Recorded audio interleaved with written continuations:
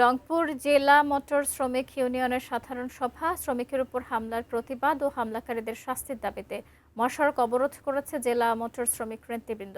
এ বিষয়ে টার্মিনাল থেকে বিস্তারিত জানাচ্ছেন প্রতিনিধি শাহরিয়ার মিম। মিম, বিস্তারিত জানাবেন, আপনি তো সেখানে আছেন। আপনাকে ধন্যবাদ। এই মুহূর্তে রয়েছি রংপুরের টার্মিনাল এলাকায়। আপনাকে জানাতে চাই যে এখানে কিন্তু রংপুরের যে মোটর শ্রমিক ইউনিয়নের সাধারণ সভা এবং শ্রমিকদের উপর হামলার প্রতিবাদে এখানে কিন্তু শ্রমিকরা মহাসড়ক অবরোধ করেছে টার্মিনালের সামনে। নিশ্চয়ই আপনারা দেখতে পাচ্ছেন যে সড়কের মধ্যে চারপাশে কিন্তু গাড়িগুলো কিন্তু এখানে কিন্তু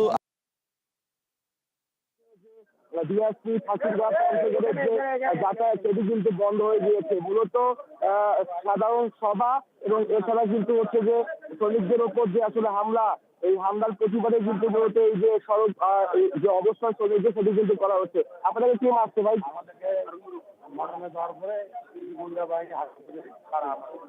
আচ্ছা, তো যেমনটি শুনছেন মূলত সাধারণ সভা দাবি নিয়ে কিন্তু গেল কয়েকদিন ধরে কিন্তু এখানকার যারা শ্রমিকরা তারা কিন্তু কথা বলছিলেন।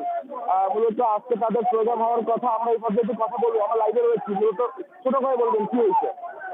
আমরা আমাদের সভা 5 তারিখের পর আমি 3 মাস আগে পরিবহন সংগঠনটা চালার পরে বহিরাগত হারুনগঞ্জ বহিরাগত লোকজন নিয়ে আসে আমাদের অফিসটা মারামারি টাঙানি করে অফিসটা বন্ধ করে থাকে।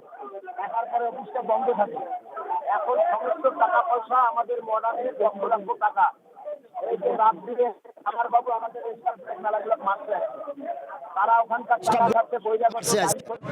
তারা ওখানকার টাকা খাচ্ছে বহিরাগত ডাইল করিয়া বা খোরেরা টাকা খাচ্ছে। আমাদের শ্রমিকরা কোনো টাকা পাচ্ছে না, শ্রমিকরা কোনো সাহায্য পাচ্ছে না, শ্রমিকরা মারা গেলে কোনো সাহায্য পাচ্ছে না। আজকে অফিসে আপনারা মূল দাবি আমাদের সাধারণ সভা, আর আমাদের অফিসে কেন এক হাঁটু পানি, এটারও আমাদের দাবি চাই, এটাও আমরা জবাব চাই। আপনারা দেখেন আমরা কিছুক্ষণের মধ্যে আমাদেরকে একটা সাধারণ সভার তারিখ দিয়ে দিলেই আমরা গাড়ি এখন ক্লিয়ার করব।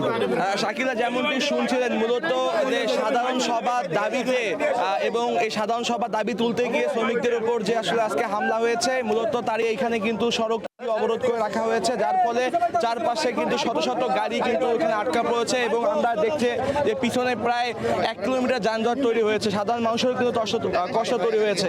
এখানকার যারা শ্রমিকরা রয়েছে তারা বলছেন যে খুব দ্রুত যদি এই সাধারণ সভাটা করা যায়, শ্রমিকদের যদি নির্বাচনটা দেওয়া যায়, সেক্ষেত্রে তাদের কথা বলবে শ্রমিকরা।